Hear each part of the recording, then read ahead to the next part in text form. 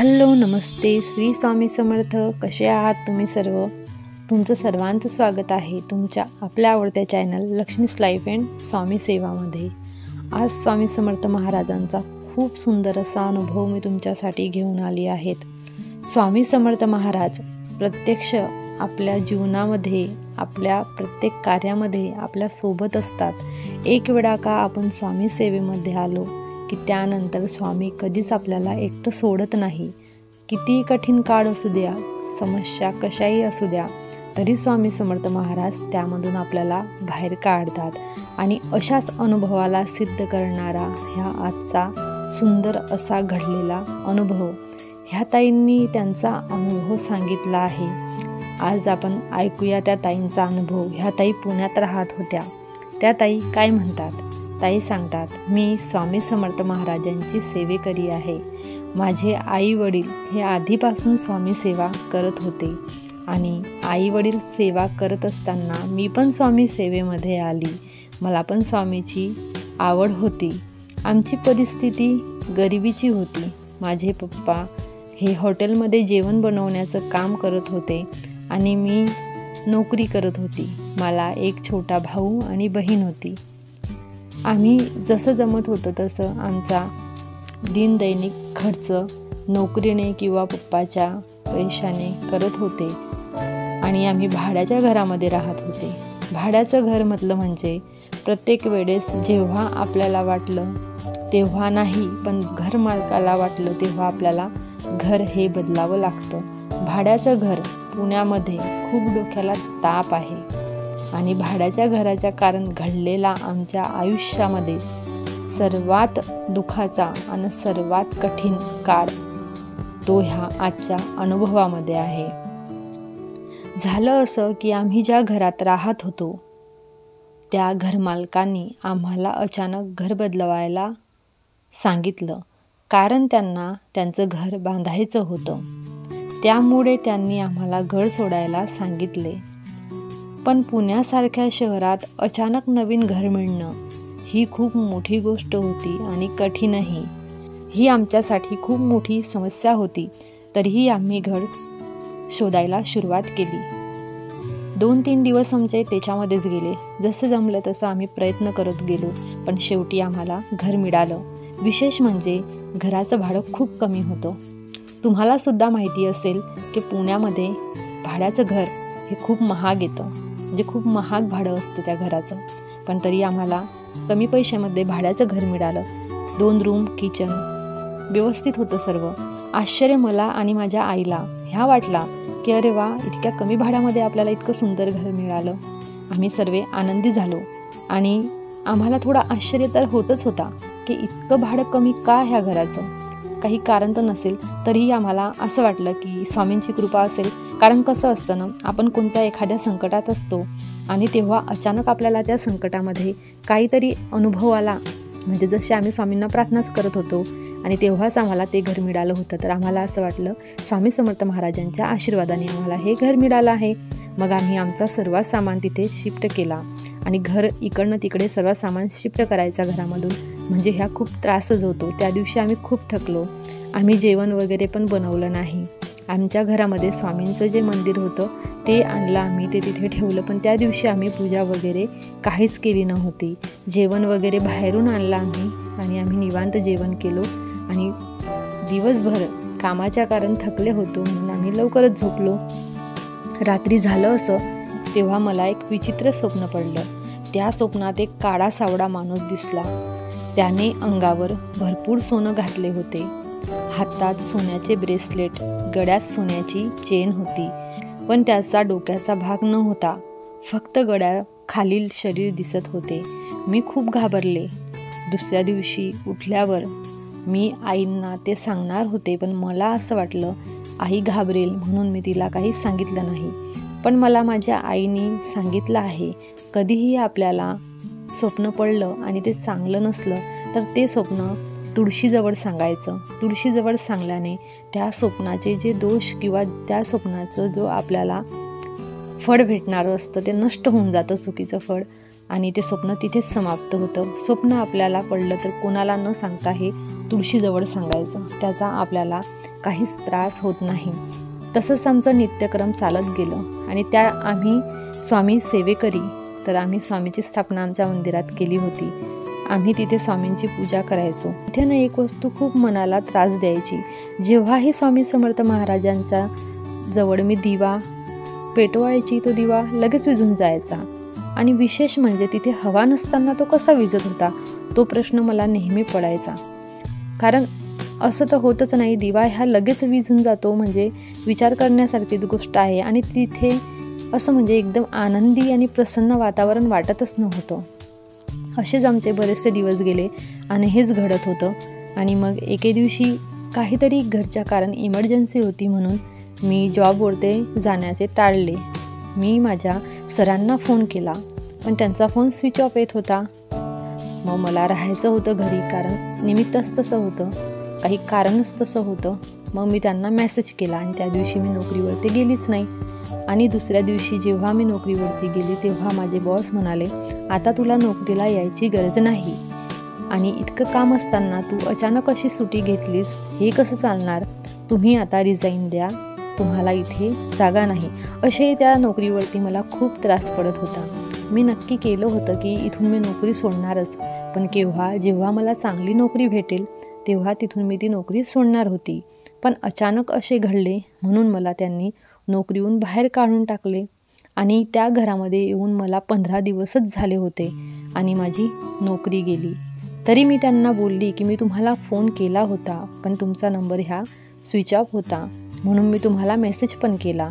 ते बोलले मला तुझा फोनही आला नाही आणि मेसेजही आला नाही. मी त्यांना मेसेजसुद्धा दाखवला, तरी बोलले ते असं चालणार नाही आणि माझी नोकरी गेली. खूप नाराज झाली मी घरी आली आणि आईला सांगितलं माझी नोकरी गेली. एक तर नवीन घर, त्याच्यामध्ये पैशाचा खर्च, भावाचं 12वीचं शिक्षण, बहीण लहान होती माझी. मला असं वाटलं आता ह्या अडचणीतून कसे निघणार. तर एके दिवशी झालं असं की माझे वडील हे हॉटेलमध्ये जेवण बनवण्याचं काम करतात आणि झालं असं की रात्री खूप वेळ लागला त्यांना, ते थकले आणि घरी आले. आणि ते नेहमी असं करायचे, जेव्हा ते एकदम लेट व्हायचे, कामावरून लेट यायचे घरी आणि ते थकायचे, तर दुपारपर्यंत आई त्यांना उठवत नव्हती. त्या दिवशी तसेच झाले, आईने त्यांना उठवलेच नाही आणि एकदम संध्याकाळचा टाईम झाला. आम्हाला असं वाटलं की बाबांनी सांगितलं असेल की आज ते सुट्टी घेणार आहे, कारण ते सकाळी 4 वाजता आले होते, त्यांची झोप पूर्ण झाली नव्हती. पण ते संध्याकाळी एकदम मम्मी त्यांच्याजवळ गेली, त्यांना उठवलं तर त्यांना ताप भरला होता. अचानक टेन्शन नवीन, एक तर माझी नोकरी गेली, आमच्याकडे एवढे जास्त पैसे नाही आणि अचानक पप्पांची तब्येत खराब झाली. मग तेव्हा त्यांना आम्ही हॉस्पिटलमध्ये घेऊन गेले, तर डॉक्टर बोलले यांना ICUमध्ये दाखल करावं लागेल, इतकी त्यांची तब्येत खराब झाली. मला प्रश्न पडला, हे काय अचानक असे एकामागे एक आम्हाला कष्ट काय येत आहे, का आम्हाला त्रास होत आहे. एक वेळा माझ्या मनात आले हे घरच चुकीचे वाटते. तरी पण मी ते काही बोलले नाही, कारण मी असं बोलले असते तर घरातले लोकही मनामध्ये तेच घेते, म्हणून मी काहीच बोलली नाही. आणि त्यानंतर पप्पांना ICUमध्ये दाखल करायचं आणि तुम्हाला माहिती आहे ICUचा खर्च किती असतो. मी टेन्शनमध्ये आले.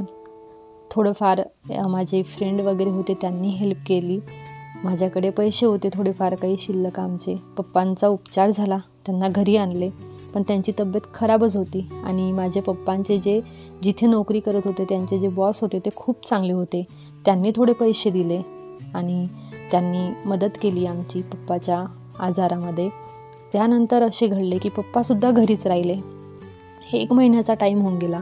ह्या 15 दिवसात माझी नोकरी गेली. पुढच्या आठवड्यामध्ये पप्पांचा तब्येतीच्या कारण पप्पा घरी राहिले आणि मग त्यानंतर खूप टेन्शन यायचं. एक वेळा तर माझी आईच बोलता बोलता बोलून गेली, हे घर खूप दरिद्र आहे, इथे आल्यानंतर आपलं सर्व वाईटच होतं आहे, हे काहीच कामाचं घर नाही. आणि अचानक घरामध्ये ढेकून झाले आणि तुम्हाला माहितीच असेल ढेकून होणे म्हणजे हे दरिद्रीचं निशाण, हे चांगलं नसतं. आणि ढेकून आतापर्यंत कधीच आमच्या घरामध्ये झाले नव्हते. आणि बाहेरून जर का आपण घरात आलो तर त्या घरामध्ये घाणेरडा वास यायचा, गटारीचा कसा वास येतो ना तसा त्याचा वास येत होता. मला कसं तरी लागायचं त्या घरामध्ये. परत स्वामींजवळ दिवा लावला, तो पण जास्त वेळ पेटत नव्हता. मग त्यानंतर माझी एक फ्रेंड आहे, तिची मम्मी मार्केटला जाणार होती, तर तिच्या मम्मीने मला फोन केला की तू पण माझ्यासोबत चाल. आणि मार्केट आमच्या घराजवळून खूप जवळ होतं.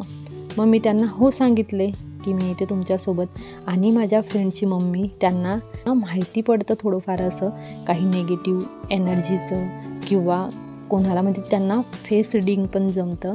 त्यांना समजत होतं काहीतरी त्रासाचं, घरामध्ये काय दोष आहे काय नाही, त्यांना हे समजत होतं. मग मी त्यांना भेटली, पण माझा चेहरा पडलेला होता, कारण घरामध्ये परिस्थिती अशी, पप्पांची तब्येत खराब, माझी नोकरी गेली, मी किती जागेवरती इंटरव्ह्यू दिला, सिलेक्शन झालं नाही, नोकरी लागत नव्हती, काय करायचं काही सुचत नव्हतं. मी त्याच चिंतेमध्ये होते. तेव्हा त्या काकू मला म्हणाल्या, काय झालं तुला, काही समजतच नाही आहे. पण त्यांना काहीतरी समजलं माझ्याबद्दल. मग त्या बोलल्या, चल मी तुझ्या घरी येते. मग त्या आमच्या घरी आल्या, आणि घरी आल्यावर ते माझे बाबा तिथे झोपलेले होते. त्यांनी त्यांना पाहिलं, आणि त्यानंतर त्या म्हणाल्या, ह्या घरामध्ये काहीतरी मला चुकीचं वाटतं आहे, आणि जितक्या लवकर होईल तितक्या लवकर तुम्ही हे घर सोडा. आणि त्या मला म्हणाल्या, मी शिर्डीला जाते, तू माझ्यासोबत चाल. मग त्या मला शिर्डीला घेऊन गेल्या, आणि शिर्डीवरून एक हार आणला होता. त्यांनी मला सांगितले की हा हार तू तुझ्या दरवाजावरती बांध. आणि हार दरवाजावरती बांधला, आणि त्यानंतर अचानक काहीतरी चेंजेस आमच्या जीवनात आले. म्हणजे आम्हाला एक घर सोडायचं होतं, तरी हे घर आमच्याकडून सुटत नव्हतं. आणि त्या काकू अशा बोलल्या की तुम्ही हे घर जितक्या लवकर होईल तितक्या लवकर सोडा. तर आम्हाला खूप टेन्शन आलं. त्यानंतर मी स्वामी समर्थ महाराजांचा जो तारक मंत्र आहे त्याचं तीर्थ बनवलं, आणि ते तीर्थ सर्व घरात शिंपडत होती. आणि त्यानंतर असे घडले, खूप चांगलं होत चाललं आमचं हळूहळू. मला एका जागेवरून समोरून इंटरव्ह्यू करता कॉल आला. मी तिथे गेली, आणि माझे सिलेक्शन झाले, माझी नोकरी चालू झाली. स्वामी समर्थ महाराजांना प्रार्थना केली की स्वामी समर्थ महाराज घरामध्ये पप्पांची पण तब्येत चांगली होऊ द्या. त्यांनी पण विचार केला, पप्पांना थोडं बरं वाटत होतं. ते पण बोलले की मी आता कामावरती जातो, आणि लवकरात लवकर आपण हे घर खाली करून देऊ. त्यांनी पण त्यांची नोकरीच चालू केली.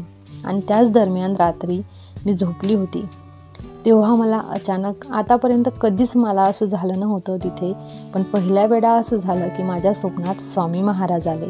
पण स्वामी आई घरात आले नव्हते, स्वामी आई बाहेर रस्त्यावरती उभे होते. पण स्वामी आईंना पाहून मला खूप प्रसन्नता वाटली. मला असे वाटले की कसे स्वामी मला सांगताय की तुमचा आता रस्ता लागला आहे, तुम्ही आता इथून निघा. आणि मग दुसऱ्या दिवशी मी उठली आणि आईंना सांगितले की असं असं स्वप्न स्वामींचं पडलं.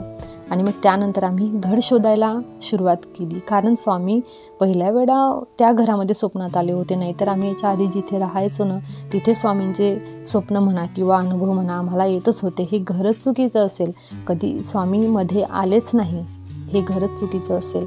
मग त्यानंतर मी एक घर शोधलं, आणि तिथे आम्ही हे घर बदलवलं, पूर्ण सामान आमचा तिथे शिफ्ट केला, आणि आता आमचं खूप छान आहे. त्यानंतर एक काकू भेटल्या मला, जेव्हा आम्ही हे घर बदलवलं त्यानंतर आम्ही दुसरीकडे राहत होते तेव्हा त्या काकू बोलता बोलता म्हणाल्या की आम्ही ह्या घरामध्ये राहत होतो, आणि हे घर चांगलं नाही, ह्या घरामध्ये कोणाचंच चांगलं होत नाही. कारण ह्या घरामध्ये त्या काकूचा जो जवाई आहे ना, तो वारला आहे, त्याचा जीव गेला आहे, त्यांनी आत्महत्या केली आहे. त्या कारण तिथे सर्वांनाच त्रास पडतो, आणि आम्हाला पण तिथे राहिलो तेव्हा त्रासच पडला, आणि ज्यांचं घर आहे त्यांना पण विकायचं आहे असं म्हणून त्यांनी सांगितलं. आम्ही इतके घाबरलो, आणि स्वामींना इतका धन्यवाद केला की स्वामी तुम्ही तिथे होते म्हणून आज आम्ही सही सलामत आहे, नाहीतर आमचं काय झालं असतं. खूप मोठा हा अनुभव आमच्याकरता होता, आणि तो स्वामी समर्थ महाराजांनीच आमच्याकरता खूप चांगला मार्ग बनवून तिथून आम्हाला बाहेर काढले. स्वामी स्वप्नात आले, आणि त्यानंतर आमचे दिवस पलटले. स्वामी समर्थ महाराज नेहमीच आम्हाला अशीच साथ देत असतात. असा हा माझा छोटासा अनुभव होता, आणि ह्या अनुभव त्या ताईंनी सांगितला. खूप सुंदर अनुभव होता त्यांचा. स्वामी समर्थ महाराज नेहमीच आपल्यासोबत असतात याची प्रत्यक्ष खात्री करून देणारा ह्या आजचा अनुभव. कसा वाटला तुम्हाला अनुभव नक्की कमेंट करा, आणि व्हिडिओ आवडला असेल तर लाईक करा. असेच अनुभव पाहण्यासाठी आपल्या चॅनलच्या बेल आयकॉनला टच करा आणि नेहमी स्वामी समर्थ महाराजांच्या सेवेमध्ये राहा। आणि व्हिडिओ आवडला असेल तर कमेंटमध्ये श्री स्वामी समर्थ लिहायला विसरू नका। झालेली सेवा हे स्वामी समर्थ महाराजांच्या चरणी अर्पण करते आणि आजचा व्हिडिओ इथेच थांबवते। श्री स्वामी समर्थ।